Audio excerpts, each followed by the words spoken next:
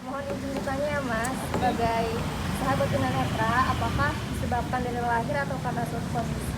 Apakah boleh diceritakan kepada kami Mas? Kalau boleh. Eh, saya itu lahir dalam kondisi totally blind atau tunanetra total ya. Habis itu umur 7 bulan dioperasi jadi low vision. Itu sih kurang lebih. Seperti sekarang lah. Baik, saya lanjutkan. Mas sudah berapa lama sih jadi stylist?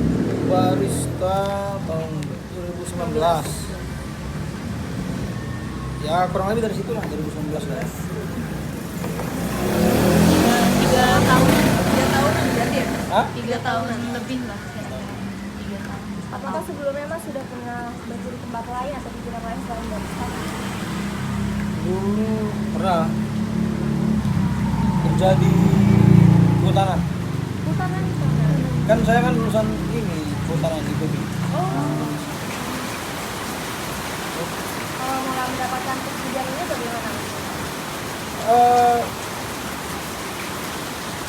awalnya sih kena dari komunitas ya, pertemuan komunitas gitu. Saya kan pengurus komunitas low vision ya. Betul waktu itu saya mampir main di sini gitu. Nanti itu akhirnya ketemu sama Hilmi itu, ketemu sama temannya Hilmi, kemudian kita kerjasama lah. Gitu sih. Apa yang membuat Mas tertarik gitu jadi barista? Hobi sih, maksudnya senang aja gitu, main bikin kopi senang gitu. Ya hobi aja, hobi. Seneng minum kopi juga? Boleh nggak Mas berbagi cerita bagaimana Mas itu cara membuat kopinya bagaimana?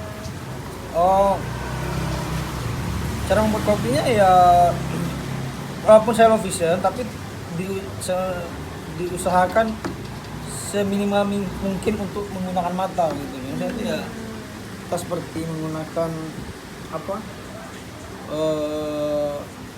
gelas takar, sendok takar, kemudian timer gitu-gitu.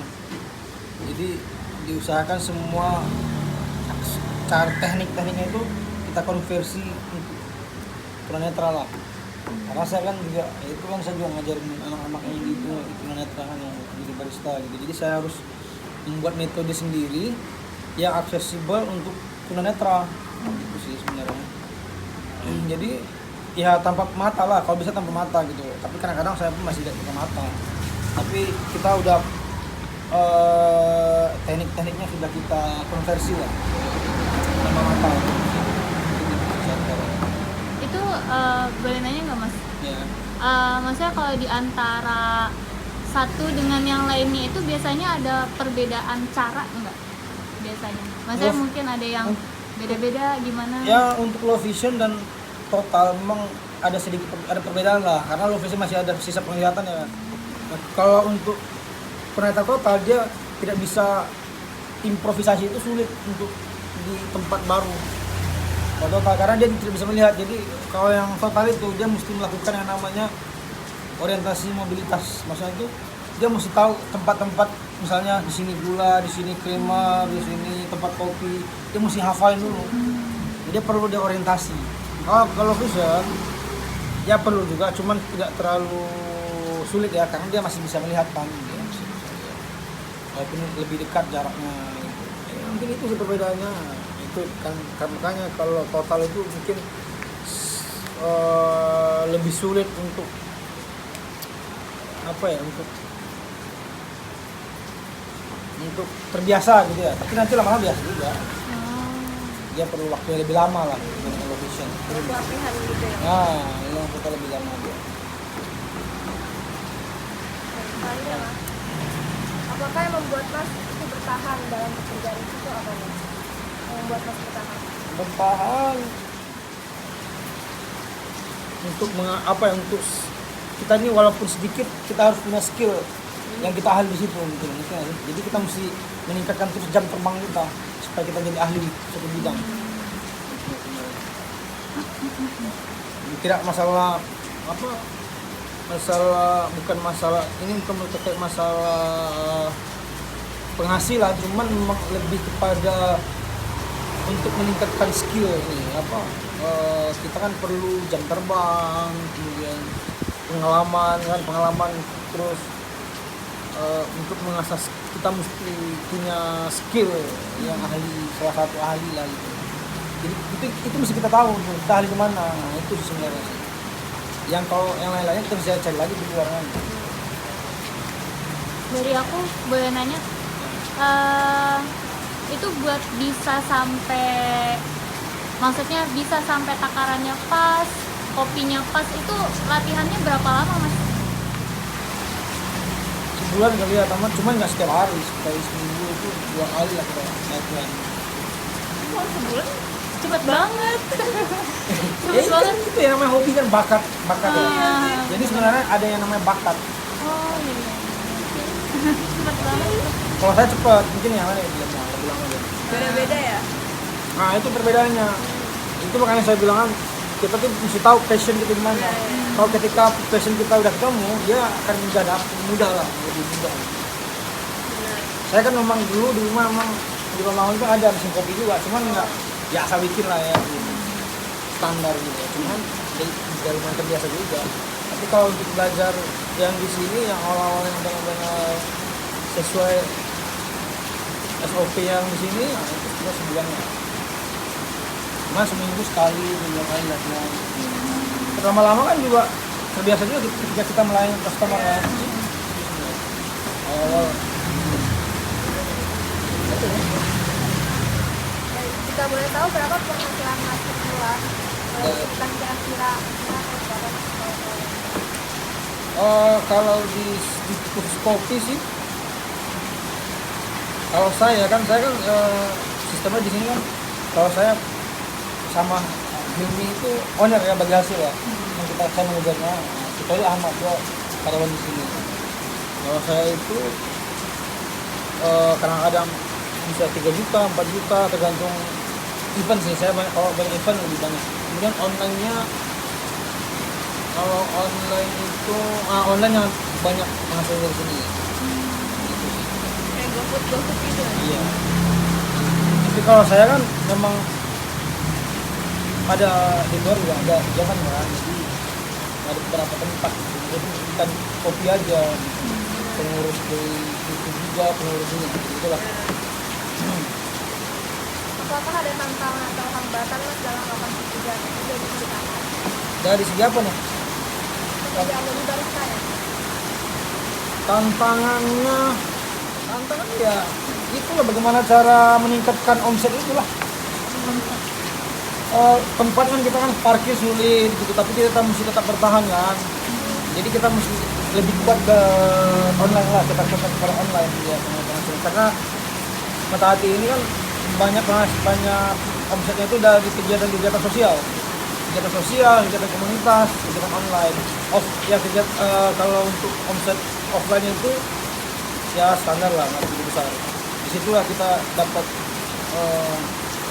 bagaimana dengan tempat yang seadanya seperti ini, tapi tetap bertahan, tetap bisa menggaji karyawan juga.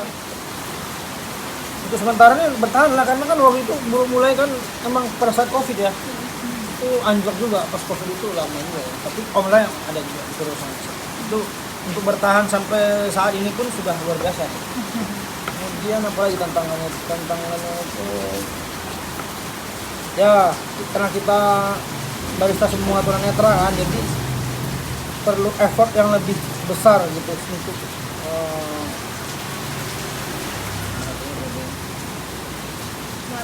untuk melatih teman-teman tunanetra kan gitu ya, kalau untuk ada kegiatan-kegiatan gitu.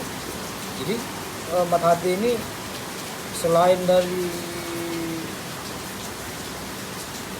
penghasilan dari kafe ini, ada pelatihan juga, kemudian kegiatan sosial, nah itulah yang banyak biasanya sih. Event luar sebulan ada beberapa kali gitu.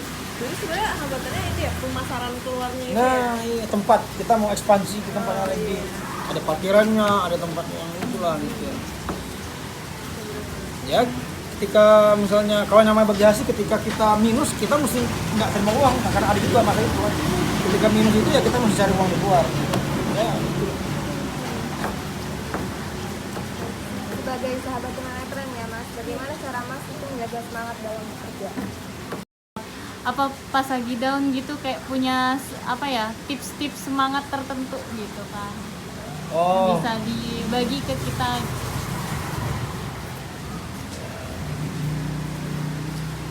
ya kalau saya sih kalau ketika kita mengerjakan suatu hal yang kita suka, biasanya ketika down itu nggak ada masalah sih ya, biasa karena kita mau hobi ya, seneng aja gitu, nggak memikirkan berapa yang kita dapat, itu udah nggak kita pikirkan gitu. Nah, itu sih tipsnya apa. Kemudian ya terus inilah, terus mencari tahu, mengupgrade diri, mengupgrade kita punya, misalnya apapun itu lah, pokoknya mengupgrade lah semua terkait dengan kata hati gitu. Itu intinya sih. Nah terakhir nih Mas, apa nih yang Mas mau kasih kayak pesan-pesan buat sahabat kita di luar sana yang belum memiliki semangat dalam menjalankan hidupnya, terus juga kadang masih memiliki perasaan ketidaknyamanan gitu pada dirinya? Ya untuk teman-teman di luar sana itu ternyata lah berarti ya, Ya betul. setiap orang itu walaupun dia punya kekurangan pasti dia punya kelebihan. Maksudnya gini, kita harus terus mencari sebenarnya kita bisa ahli di mana gitu ya, terus mencari kita punya passion di mana, kemudian kira-kira berbakat di mana, mencari bakat kita lah, mencari bakat karena yang namanya tunanetra mereka sulit untuk bekerja di luar kalau orang nggak ngerti ya. Jadi kita mesti ada suatu keahlian yang mungkin kalau bisa yang tidak dimiliki oleh orang lain gitu ya. Itu Yang sih, berbeda. yang berbeda, cari keunikan yang memiliki value gitu sebenarnya. Sebenarnya itu aja sih Mas. Alhamdulillah kita udah selesai nih wawancaranya. Sekali lagi terima kasih atas kesempatannya Mas. Terus insya Allah ini akan sangat membantu kami banget untuk menjalankan tugas kuliah ini. Iya. Semoga Mas selalu diberi kesehatan, juga berkahan sukses dalam bisnisnya juga. Udah berarti